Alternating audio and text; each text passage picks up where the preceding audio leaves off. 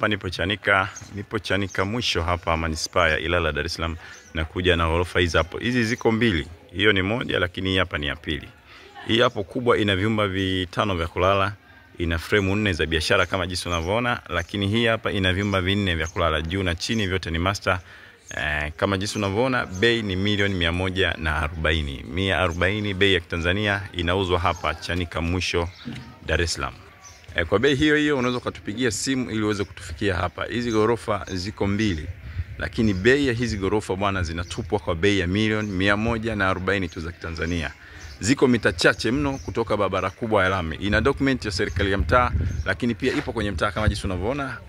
Hawa ndio majirani waliozunguka katika hii location. Tunaingia huku ili uweze kujionea. Huku ndio yani huku ni nyuma ya hizi ghorofa. Hii moja ni ndogo, lakini hii ni kubwa ambayo ina vyumba 5 vya kulala. Lakini hapa ndo fence yake kwa nyuma huku. Unaweza kaingia hapa ukajionea vizuri kabisa. Kwa namba hizo utakazoziona hapo, unaweza kanipigia mimi hapa kwa huduma bora kabisa ya makazi, yani nyumba na viwanja. Ile yenye frame 4 ndio hii hapa hii. Ndio hii hapa. Hapa ndio tunaingia ndani. Ukiingia hapa unakutana na sitting room.